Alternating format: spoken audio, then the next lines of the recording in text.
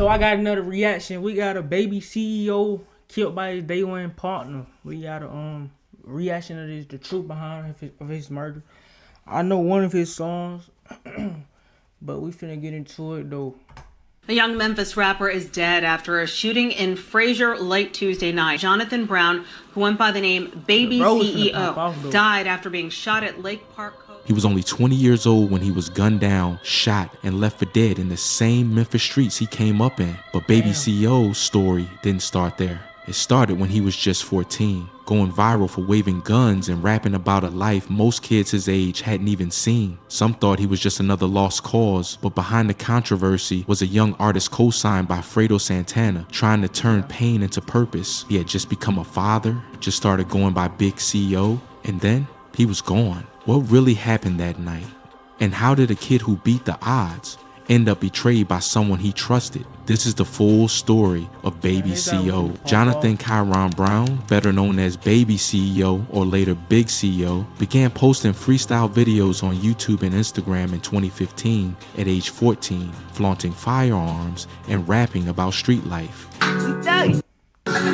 Me and my girl, we stay thuggin'. Yeah, so a nigga call the guy, I got my foot in. Bow, bow. Before we get started on this video, make sure you one early video showing him handling guns and rapping explicitly about gang signs sparked concern in Memphis, described at the time as disturbing. That same year, he dropped collaborative tracks like We the Game and Club Bang, which quickly amassed tens of thousands of views. His raw energy and fearless attitude earned him buzz on YouTube early, with producers like JRO Productions and beats from legends like 808 Mafia featuring in videos like NSYNC 2 tracks. By 2017, his breakout came with the Race Freestyle, riding the Take Hey beat and hitting over 1.5 million views, a moment that cemented his reputation online. Baby CEO caught the attention of Fredo Santana and signed to Savage Squad Records. He and Fredo were close, with Baby CEO even dedicating shoutouts to his mentor in later songs. In 2019, he released singles like Don't Like Me and Life Story, the latter referencing Fredo and keeping the connection alive. According to Famous Birthdays, he claimed tracks like Reach, Run It Up, and No Hook as his notable hits, culminating in his first studio album, Big CEO, in 2019. In November 2020, Baby CEO announced he had become a father, posting proudly of his newborn son.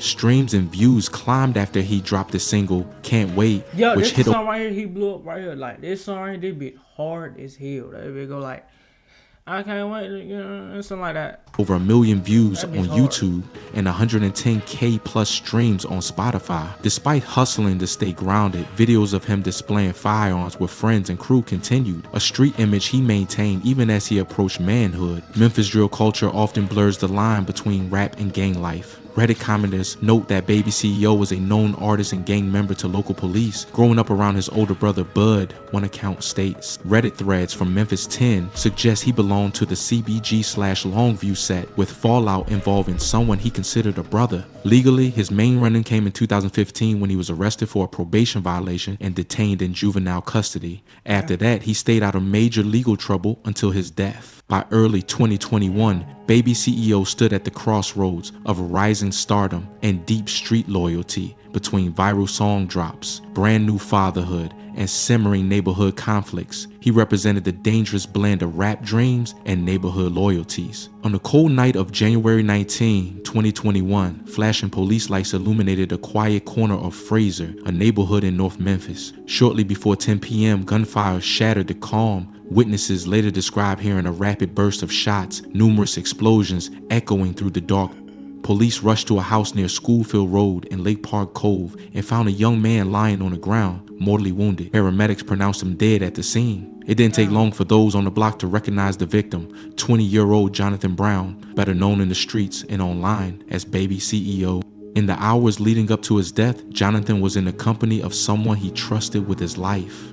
According to street accounts, Baby CEO spent that evening with a close friend, a childhood buddy he considered like family. They were hanging out outside a home in the Hawkins Mill area of Frazier around 9 p.m., trading jokes and banter under the glow of a street light. This friend, it's like when you getting money and shit, like, and they know you finna pop off in the city and whatever, and you still on the block, whatever, they gonna hate on you, bro. They gonna Like, that's what I'm saying. Like, once you pop off on that shit, on your music or whatever you doing, bro, just don't even go back to the block. It's not even that you a whole night. Like, you can go, but don't be on that block every day. It's nothing but broke niggas that want your spot. And they don't got shit to live for. So they gonna try to fuck you up like that. Okay, just don't even go back, bro. Just leave that shit alone. Like, was no stranger. In fact, he was dating baby CO's own sister and was the father of her young child. The level of trust was implicit, but as the night wore on, a sudden tension sparked between them. The friend allegedly asked to see baby CO's gun, a customized Glock with a distinctive golden slide and switch that Jonathan was known to carry. Sensing something was off, Jonathan refused to hand it over. In an instant, that bond of brotherhood was broken. The friend pulled out his own weapon and opened fire on baby CEO, shooting. Man, see, that be that weird shit. Like, that's what the fuck I be talking about right there. It be that weird shit. Motherfuckers will kill you because you don't want to give them your gun, or motherfuckers will try to take your gun. Like, gang, what's the point, bro? Like, niggas be dead ass broke as hell doing broke shit, like, over a gun, bro. I'm thinking it's probably over, like, a watch or some valuable, bro. A gun, bro. Like, shooting him multiple times and leaving him to die where he fell. In that brutal moment, the rising rapper's life was cut short by someone he had treated like a brother. The scene that Memphis police encountered was grim. Shell casings littered the pavement, and the young artist lay unresponsive. Officers secured the area with crime tape, their breath visible in the cold air as neighbors emerged from their homes to see what had happened. The address would soon hit local news reports, a man killed in an overnight shooting in Frazier, but the full story of what led to this killing was just beginning to unfold. The investigation, in the immediate aftermath, the police were tight-lipped about the incident. They confirmed that a shooting had occurred in Frazier and that the victim was dead, but initially, they did not even release the young man's name. Officially, he was just another John Doe pending notification of kin. Behind the scenes, however, word of baby CEO's death was already spreading like wildfire on social media and hip-hop forums. By the next day, Memphis police publicly confirmed the victim's identity as 20-year-old Jonathan Brown, baby CEO. But no details were given about any suspect or motive. The police refused to speculate, stating only that the investigation was ongoing and asking anyone with information to come forward. As journalists pressed for answers, the authorities remained cautious. All they would say was that officers had responded to the 3800 block of Lake Park Cove around 10 o'clock p.m. and found a male victim dead from gunshot wounds.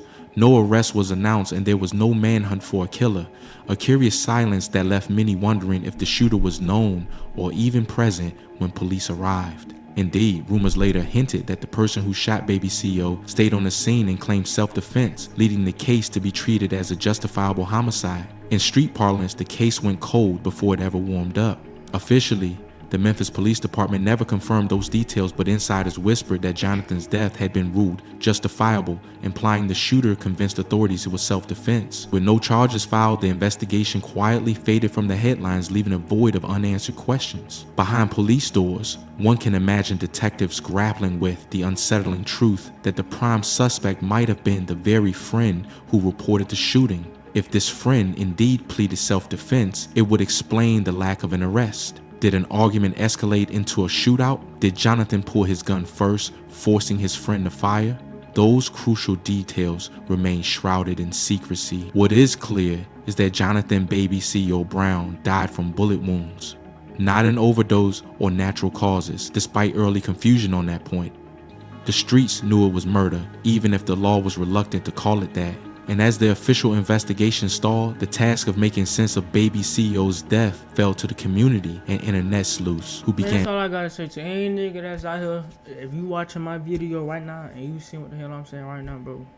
If you're an upcoming artist, upcoming YouTuber, or whatever you do, gang, and you know you gonna pop off and you gonna make a lot of money by doing that shit too, and you from the hood, bro, just don't even go back, bro. Like, you can go back sometime or whatever you want, but just don't be there every day kicking it like it's home. Like, bro, don't do that shit, bro. I'm trying to tell you, bro.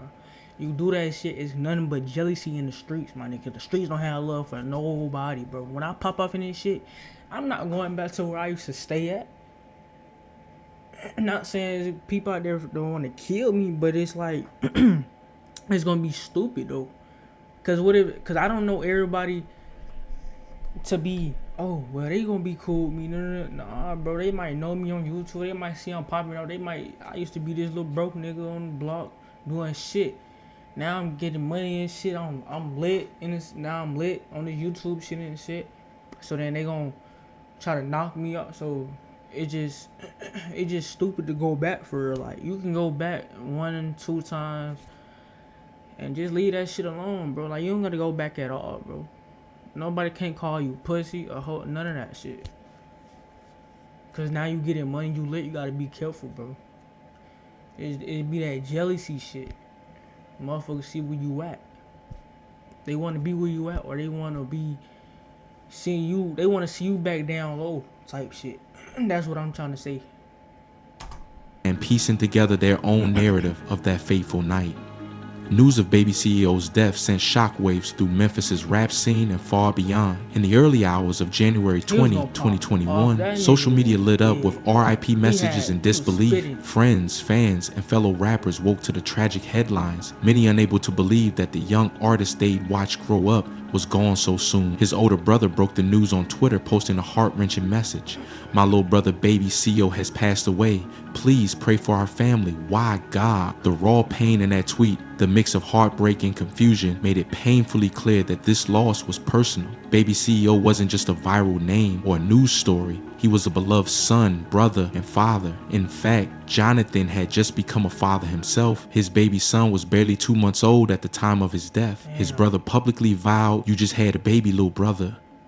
I promise we got your son for life," assuring that the family would take care of Baby CEO's newborn child in his absence. Amid the outpouring of grief, there was also confusion. Initially, conflicting information swirled online. Some early posts and reports speculated that Baby CEO might have died from a drug overdose, a tragic echo of his mentor, Fredo Santana's fate. Even one of Jonathan's siblings pushed back at the gunfire rumors at first, tweeting desperately, "He wasn't shot or killed by anyone. Please stop spreading false rumors and pray for our family." It was a frantic attempt to stem the tide of speculation, perhaps born from shock or misinformation in the immediate chaos. But within hours, harsh reality set in. By that evening, Jonathan's family confirmed that he had in fact been shot to death, and their tone turned from denial to fury. His older brother unleashed an expletive-laden Twitter rant aimed squarely at those he felt were exploiting the tragedy. In a tweet bristling with anger, he wrote, "Ain't no op killed my brother. He got killed by his own day one nine that he called his brother. So for you DK sucking a heavy camp knives trying to get fame off his name, and stop." It be like that too. It don't even gotta be your op that kill. It don't even gotta be. It be your day ones too. It be like that. Cause they see where you at, gang. That's the reason.